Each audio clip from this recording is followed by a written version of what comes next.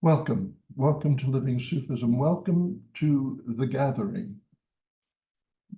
When we started to develop the ideas for this particular session of Living Sufism, we wondered what background image would serve as an impression, a symbol of the gathering.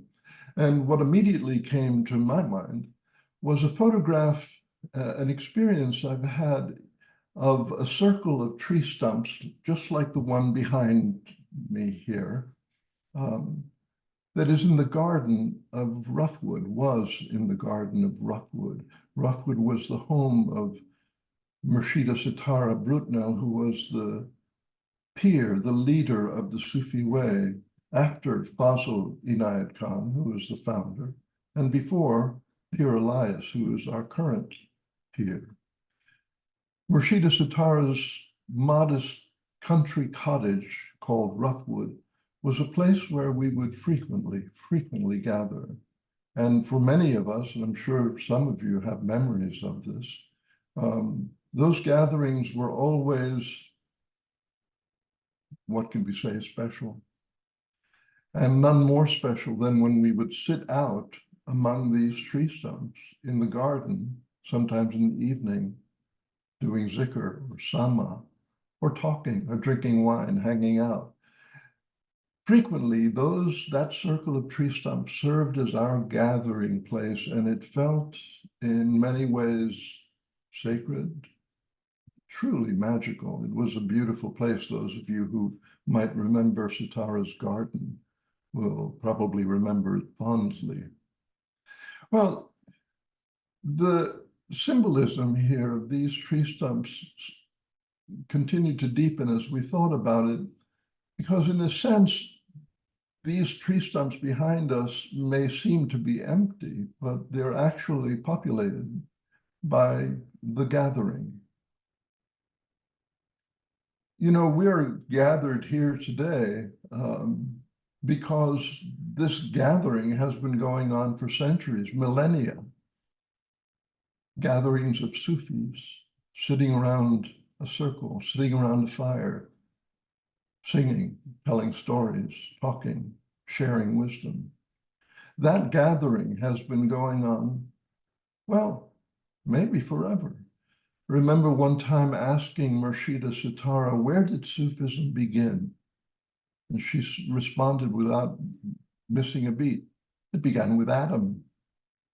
And the idea being, as I understood it, that this wisdom that we are evoking together in this gathering started back then at the beginning of humanity, that it has always been a part of us.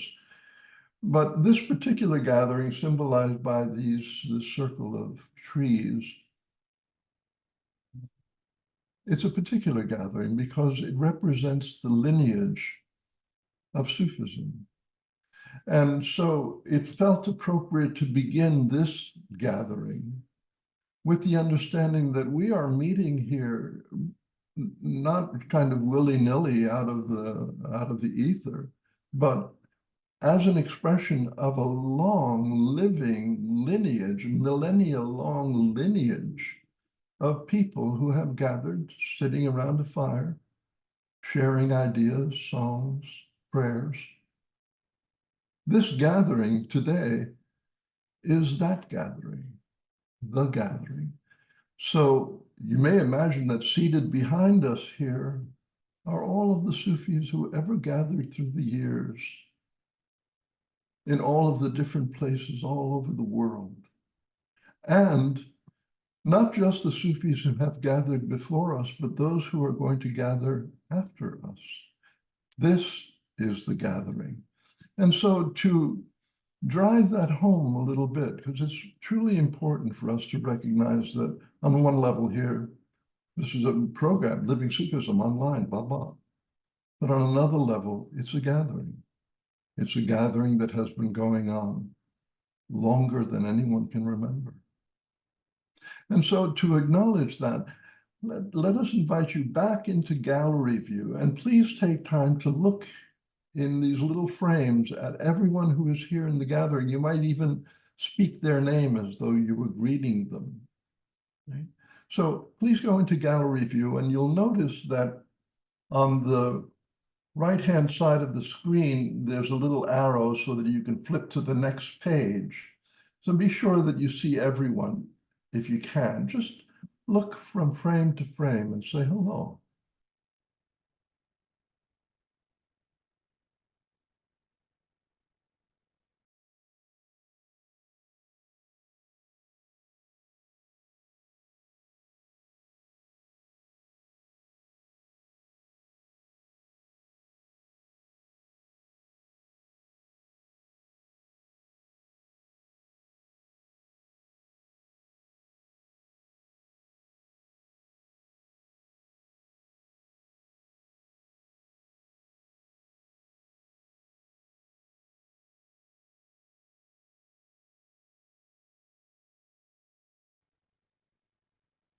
This is the gathering.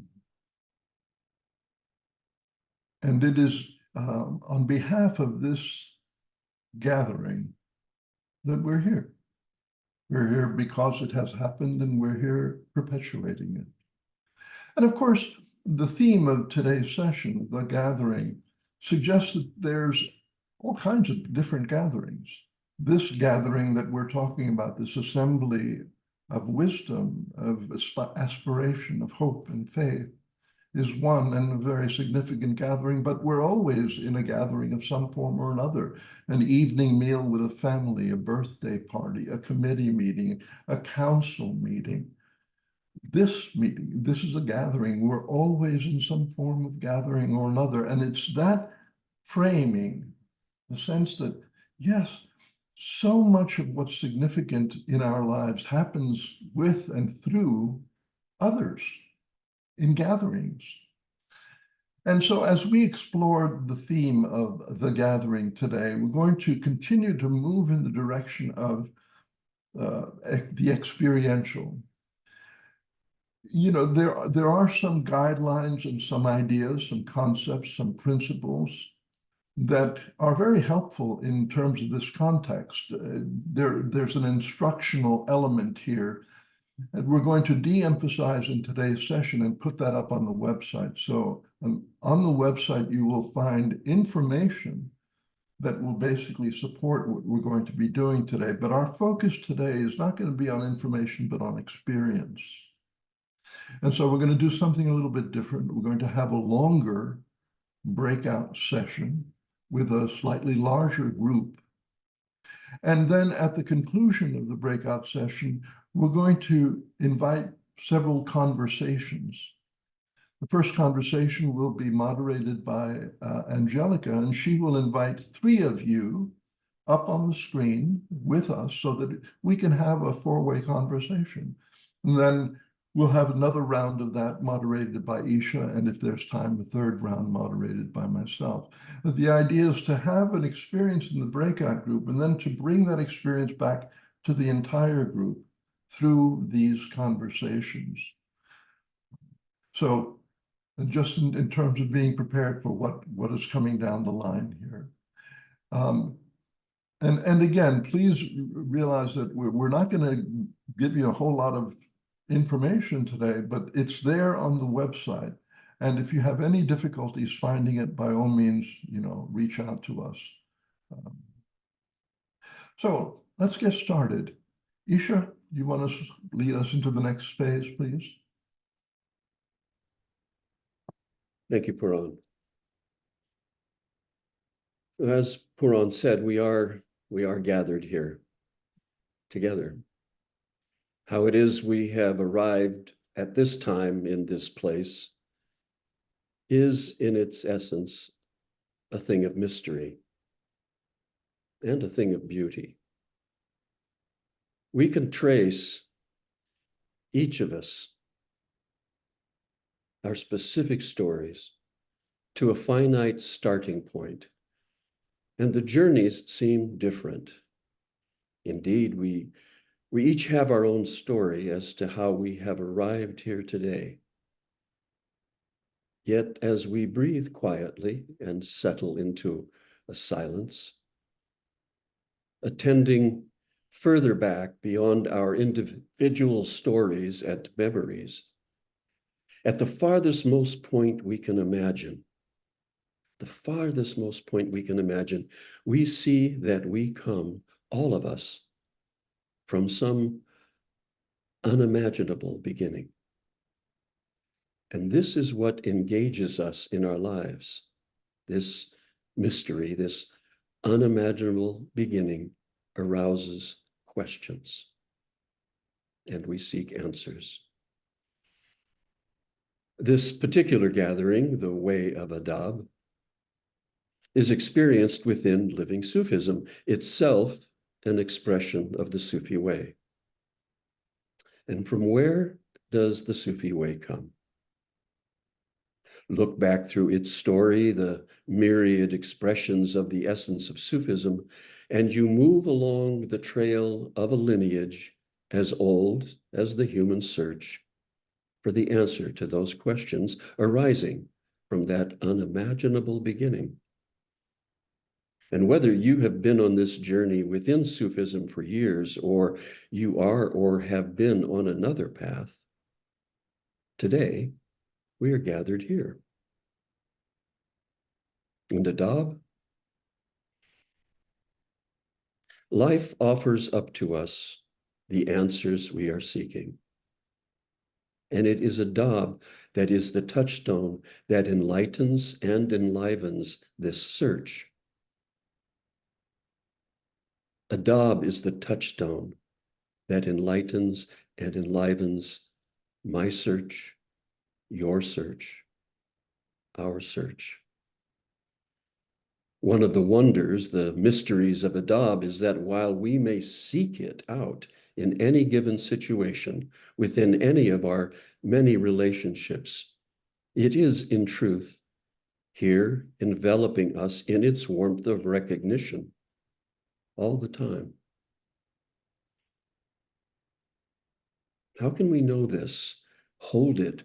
How may we remember and recall our awareness of its presence during the ever-distracting busyness of life? For today, as we enter the small group work in our breakout sessions, I'll suggest one simple process which may serve to cultivate our remembrance. And it begins with our arrival. I arrive. Now, I am always arriving somewhere at some time. Here, right now. And the freshness I bring opens me to the awareness of that moment. I settle. I settle, and now I breathe. I allow the relaxation my breath offers to ease into my arrival. I settle into my awareness. I attend. Now, in this state of alert relaxation, I am attending. I am paying attention. I am present. I engage. Now, in this present awareness, I am able to be. I am able to do whatever it is that is asked, whatever is needed. Such is the promise of this presence. Today, the groups will be a bit larger. We will try to have 5 in each group. One group or another may have one more or one less, very much the way gatherings work. And you'll have 30 minutes.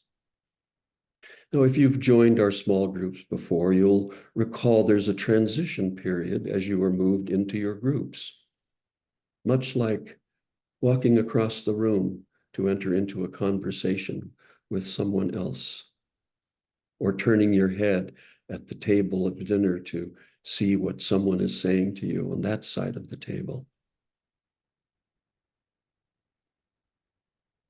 Once that transition period has been completed, you'll be invited to move through these 4 steps of remembrance before beginning. You'll simply hear those words once more: arrive, settle, attend, engage, with a brief pause between each. Then you may, as you will, address the question we pose. And that question is like this: we would like you to remember a recent gathering with family or friends. Examples might be something that occurred during the holidays just past, or a birthday, or an anniversary party. We're asking you to consider and share, to the extent you are able, how you felt, how the gathering felt for you. Perhaps another way to ask is, what worked? What didn't work? We don't want to say what that means or how to define it, except that you allow yourself to feel your way to what you recall and are able to share within your group. And now we'll begin to set up the process of you entering into your small groups. We'll see you on the other side. Welcome back, everybody. Welcome back. If everybody could, as you arrive back, as you land back into the larger gathering, if we could all go back into speaker view and make sure that you're muted.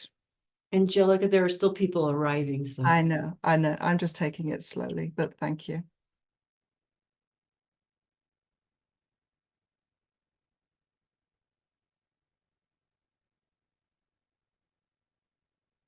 Okay. So, are we all here? Do we think we're all here now? Yeah. So, welcome back. If we could all be sure to be in speaker view and to have the mics muted. I'm going to invite 3 of us to come up and join me to have a brief conversation about something of your experience together. And when I say your name, if you could press the raise hand button underneath so that we can easily find you in the gathering and invite you up. So first of all, I'd like to invite Dune. If you're here, is Dune here? Yeah, great. And then Daniele. Is Daniele here? Yeah, great. And then one other would be David Chapman. Hi, David. Are you okay to come up as well? Wonderful. Great. Okay. So, and you 3 would be unmuted, Daniele. So, hi, we have 10 minutes, up to 10 minutes, to share together what your experience was like just now in the gathering. We had quite a dynamic experience in our gathering because people kept coming and going. It was really close to real life, I have to say. But it would be lovely to hear from each of you and then to have a little bit of a dialogue, if that happens, around what your experience was, what stood out for you right now, or just now, in exploring a significant gathering, what it meant to you, what worked, what didn't work, and anything really that stood out for you. Yeah.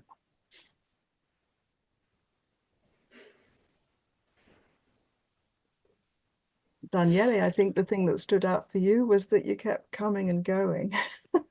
which also meant that I interrupted someone anytime I would drop in, Mm. and somehow stepped into the foreground, although I was not speaking, Ah, which I didn't enjoy too much. So yeah.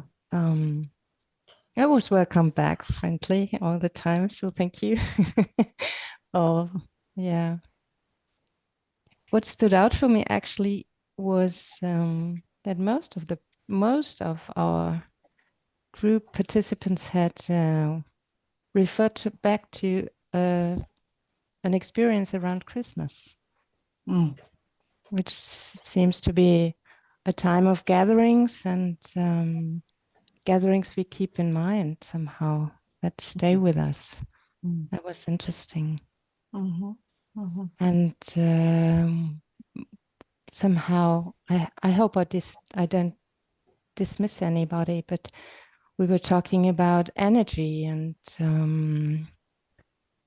ways to ease energy, to connect, and what doesn't support, and how we feel connected or not. Mm-hmm. Yeah. Mm. Yeah.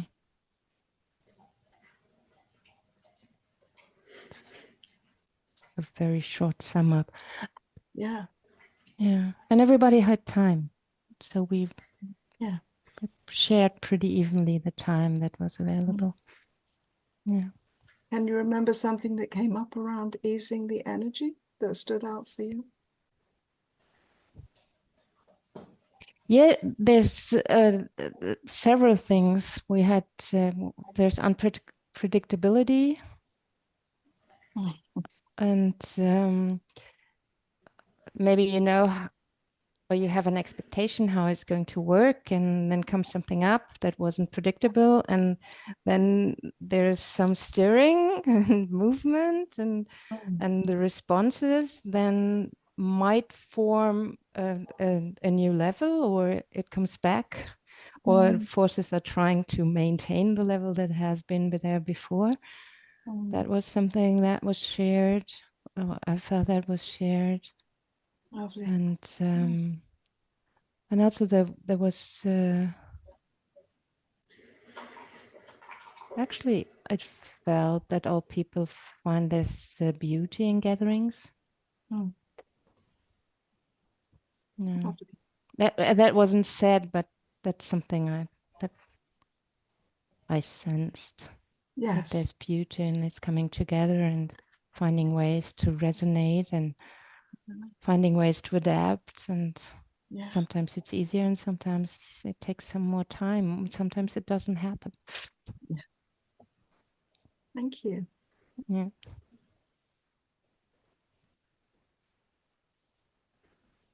Did that resonate with Dune and David, or was there something else that in your experiences that came through?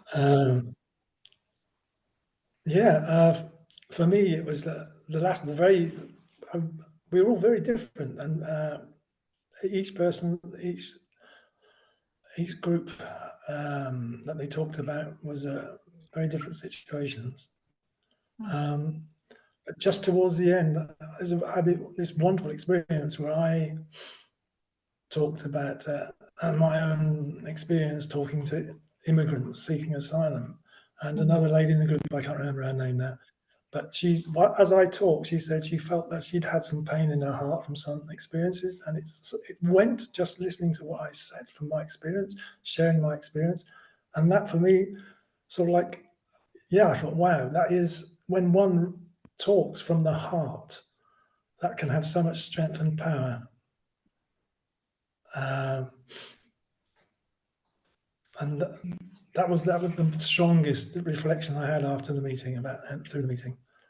It was very powerful, very, yeah. Mm. Mm. In our group, there were quite some parallel. Were you finished, David? Yeah, sure, yeah. I wasn't sure. I didn't want to interrupt, but I'm trying to Yeah. Yeah, in our group there were some not joint, there was, some resonances between some of the things that we shared, and some really easy gatherings and some that were quite challenging. So I think that was good to look at both of them and see, how present one was. I mean, I'm trying to think now. I had a bunch of things to say, and now they're gone. Yeah, ones where one felt really nurtured and loved, and other ones a week later where one felt attacked.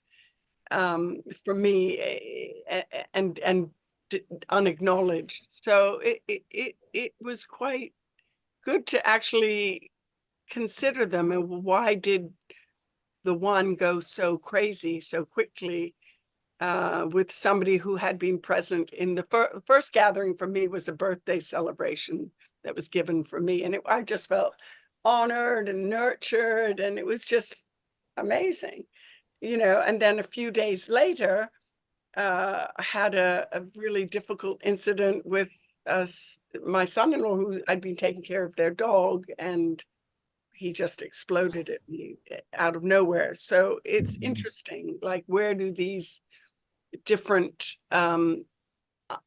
unbalances, how does one deal with them? If you're in an open-hearted, loving, I'm trying to be kind and helpful space, and then you get attacked. So that's a challenge. How does one deal with that?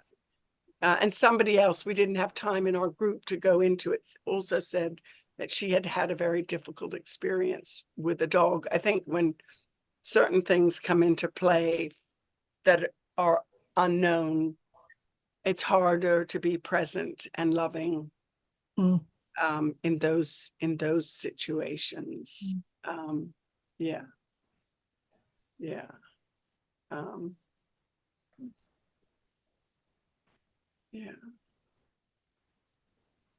Interesting, the range. Absolutely. Yeah, I think that's particularly challenging, isn't it? When we're there, we're open-hearted, we're wanting to listen and have a beautiful experience with someone, and that's not their space. How to remain present. Yeah, and know that it's not, that it's something going on with them, not something, if one's heart is pure and giving, then one thinks that will be received, but it isn't always. I guess that's one way to look at it. We have about another minute or so. Did either of the other two want to have a final word?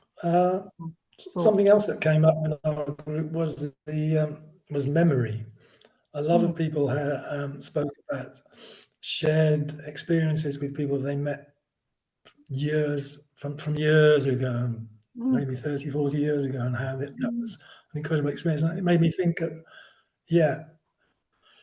memory is so strong when we meet people, because we have these ideas from previous experiences with them, which can close us up, and so that we're not open to them in that moment. You think, oh yeah, I remember you. Oh, you did. That sort of thing. Yeah. Yeah. Thank you. Okay.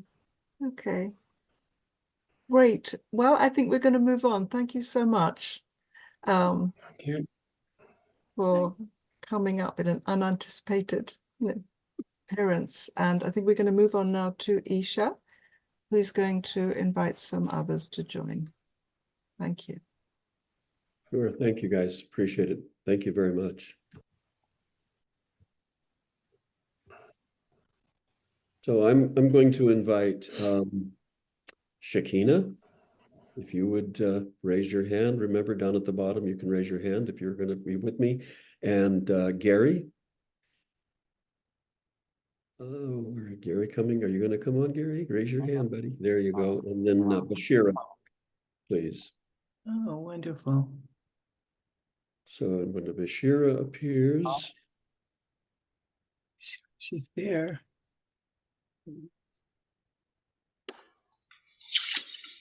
Here she comes. Hey, okay.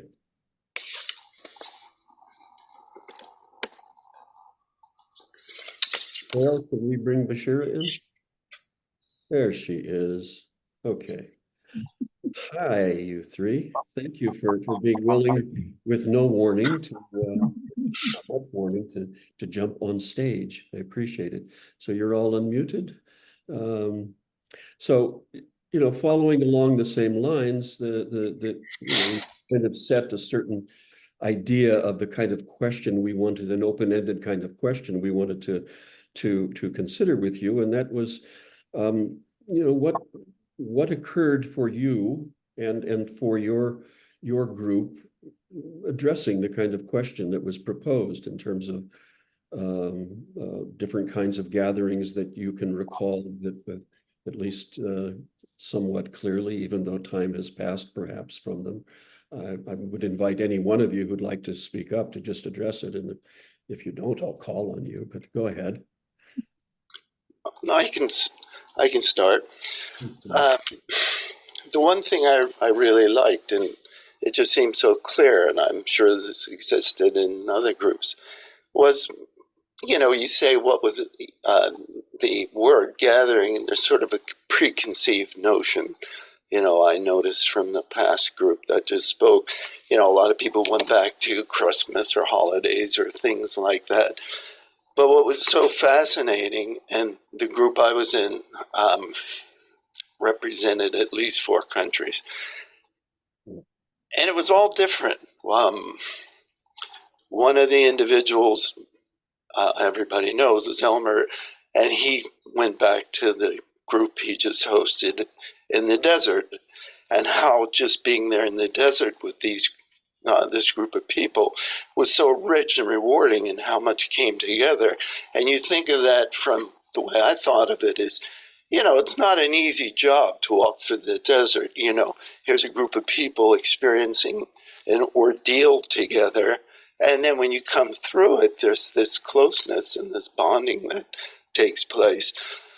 And then one of the other people in the group meets with people, and their choice was they meet together and experience plants.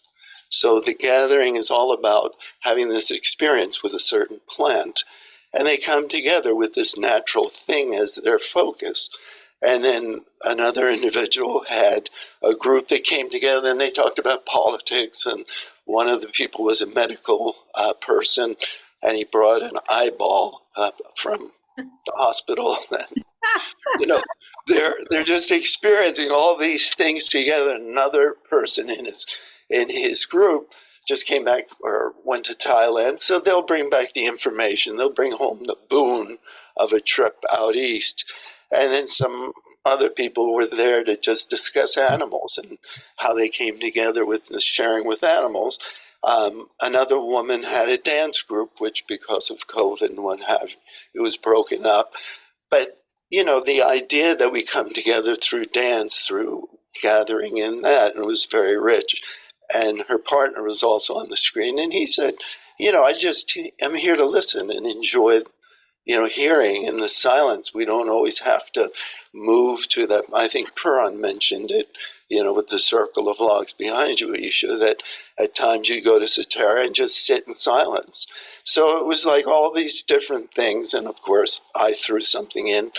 And I host a lot of groups, and I'm involved with a lot of people. And sometimes it's 2 people as the gathering. Sometimes it's a half a dozen, or it's 40 or 50 like we are today. And it just works out that, the gatherings have a different dynamic and a momentum to them, and a different focus. So I guess the overarching theme was the gathering can be just about anything, and we open our eyes to the fact that for each individual, there's some beautiful experiences, and we can't even anticipate what brings us together to experience that common humanity and that depth. And I brought up the fact that my daughter was married in the summer, and I had a photo, so it was, show and tell for me, and I brought a bottle of wine just to make sure everybody was happy. So that was us. I'll let others go. Thank you, Gary. Lovely, lovely. Bashir, Shakina, one of you like to step up? I'll go. It was a wonderful gathering. Very different. There were two gatherings of more than 3 or 4 people, you know, a group gathering. One I think was about 12 and the other was a little bit more too. And then there were 2 of us that were had lighter gatherings, you know, not you know, maybe 1 or 2 people, you know, like threesomes. Like I'm a threesome person. I do everything in threes. And also how you know, different gatherings, like you could have that 12-person gathering and everything's going fine, and then you have one person in the group that wants to take over, or one person in the group that interrupts everyone else in the group. I mean, we've all been there. I think everybody, I don't know if anybody hasn't, but everybody has been in the presence of someone who monopolizes a group. I've done it. Yeah, I'm sure we've all done it, right? We've done it and we've witnessed it. Yes, it's just and you know, like really opening your heart. So what's happening with me? What's happening with them? How do we be with that? You know, how do we be together in that setting? Which was really interesting to me. And then in the little settings, it seemed like there was much more intimacy and depth, you know, with people, like people got more close in their gatherings. So it's just the difference between big, small, and, you know, the disruptor. I think that role of the disruptor that comes into groups sometimes, Yeah. and how do you work with it? So it was really lovely and complete. Thank you, Shakina. Bashira, any thoughts? Well, I'll just add some things that were a little different from a lot of what you all said happened in our group. But things that were mentioned that are maybe unique were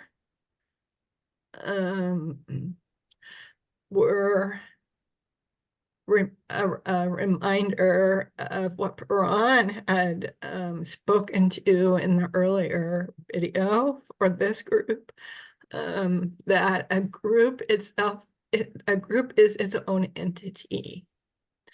And so we are in relationship, not only with all the people in the group, but with the group as an entity. And so when that group changes dynamically in some way, it's very difficult sometimes because you have to develop a whole different relationship with a slightly different entity, or maybe a greatly different entity.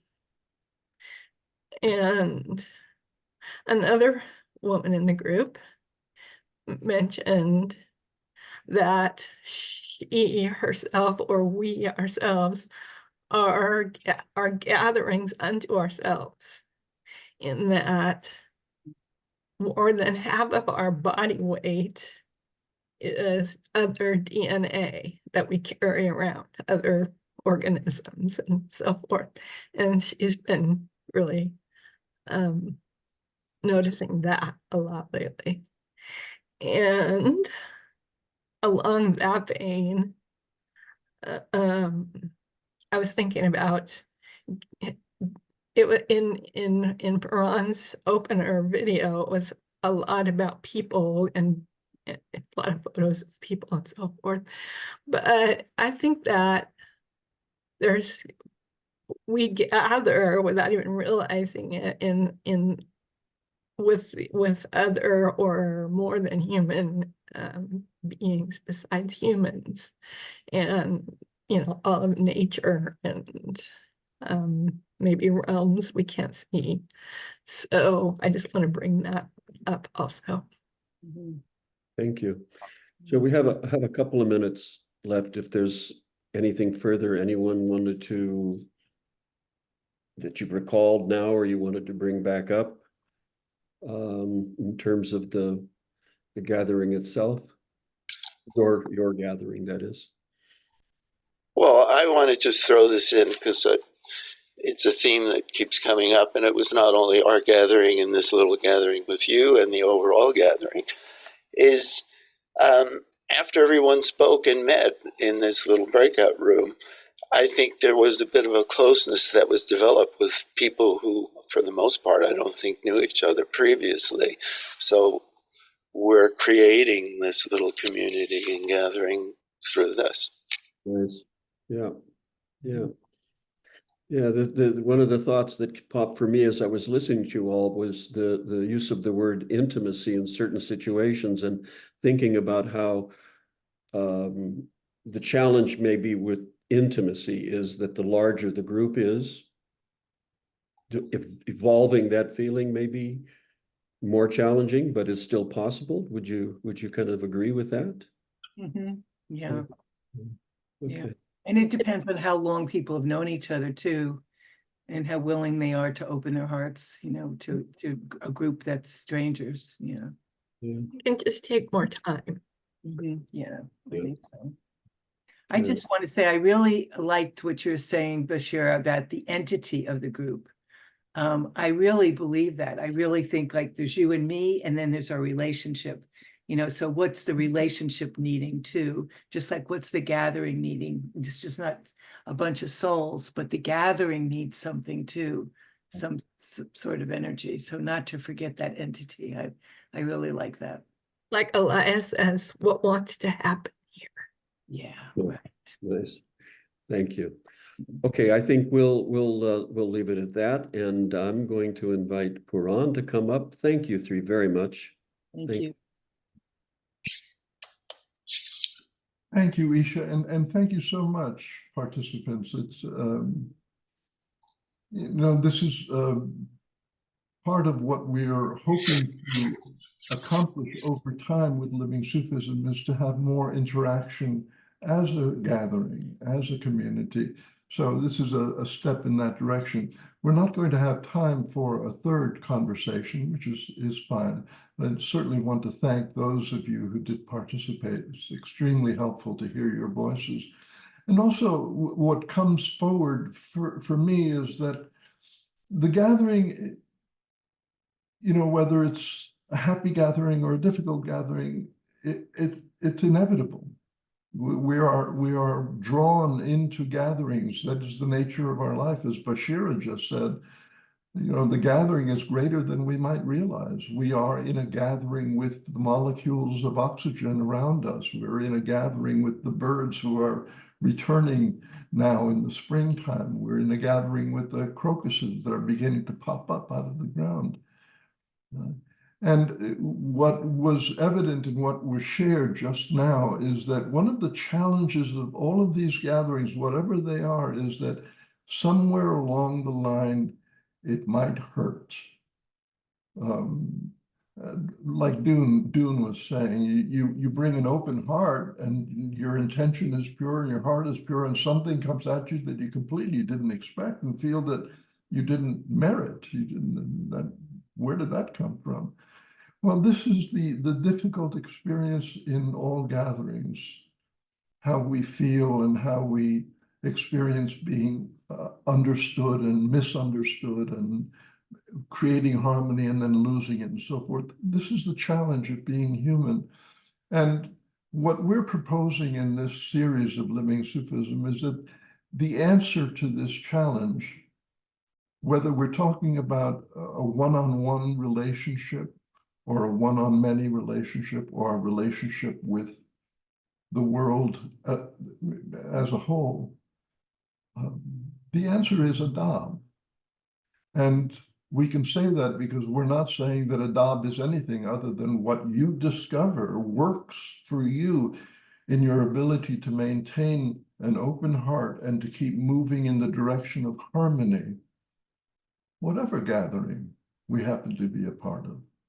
As we said at the opening, this gathering that we're a part of will continue long after we're no longer part of it. This is a gathering of spirit that has been going on for ages and will go on, God willing, beyond us.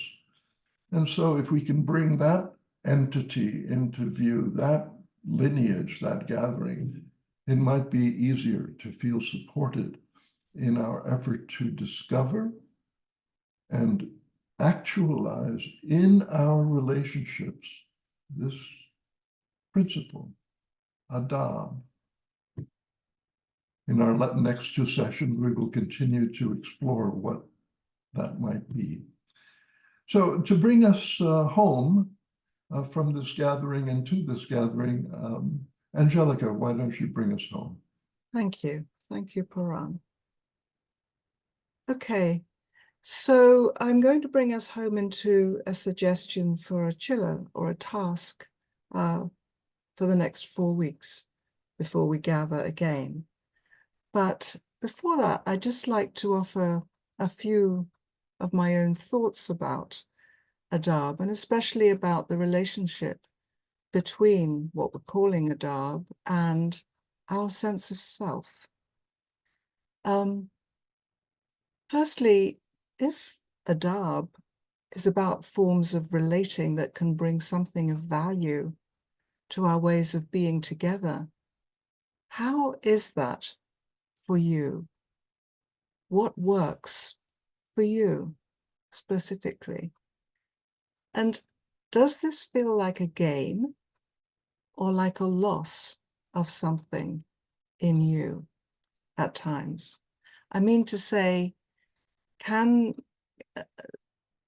Adab sometimes feel like a set of external forms and rules, manners, predetermined ways to behave that can feel as if they limit the possibility of you being you with others? Or is the idea of Adab a welcome relief from yourself sometimes, from the demands and the impulses of your needs, your personality? I did a little reading and I found out that historically, Adab has been one of the really central practices of the Sufi path. And there were so many prescribed forms of behavior, not generated at all by the person in the moment, but pre-established rules and manners for all sorts of situations, from eating together to speaking to praying, singing, even which direction to place all the shoes in when they're taken off for a gathering together. We don't do much of that kind of adab around here. Although these old forms were no doubt intended to be profoundly liberating, to offer the chance to let go of one's sense of self, small self, one's sense of individuality, specialness, and to surrender to an atmosphere of shared value and higher purpose in the group entity, like Bashira was talking about. Another set of thoughts which I find so interesting to remember when I'm thinking about Adab and individuality is that in our natural human development, we begin as a form inside a larger form, that of our mother's body. We are then born out of this self-sustaining fusion, or a form within a form. And gradually we grow into a sense of the possibility of independence, of I am, through our hands, our feet, our voices. As toddlers, we reach for this sense of selfhood, using sometimes loud voices, temper tantrums, and the wonder of learning to say the word no. As teenagers, young adults, we might do more of that, rebelling where we can, quietly or loudly, against the forms and the norms of our upbringing, continuing to tease out that valued sense of I am, I exist, trying different groups, different relationships, friendships, identifications, before perhaps landing, at least for a while, into a direction or a community in which we feel, if we're lucky enough, we resonate, at least for now. And so as grown-ups here, turning towards this, our community, as well as the communities in our everyday life, what is it that we're seeking now? And how can Adab help us? Another way to maybe ask this now is, how might the refinement of the relatedness that we find in the moment with each other, such as the open listening, the caring, the respecting, the giving and receiving to each other, and the losing and the finding of ourselves here. How might these impulses, these conscious, spontaneous yet intentional impulses, generate an aliveness together that is greater than the sum of its parts, greater than the sum of us? And yet, how might these same impulses help to generate the authenticity specific to your voice and to my voice, like we've just heard, your being and my being, which will contribute to and enrich the aliveness of this and any gathering?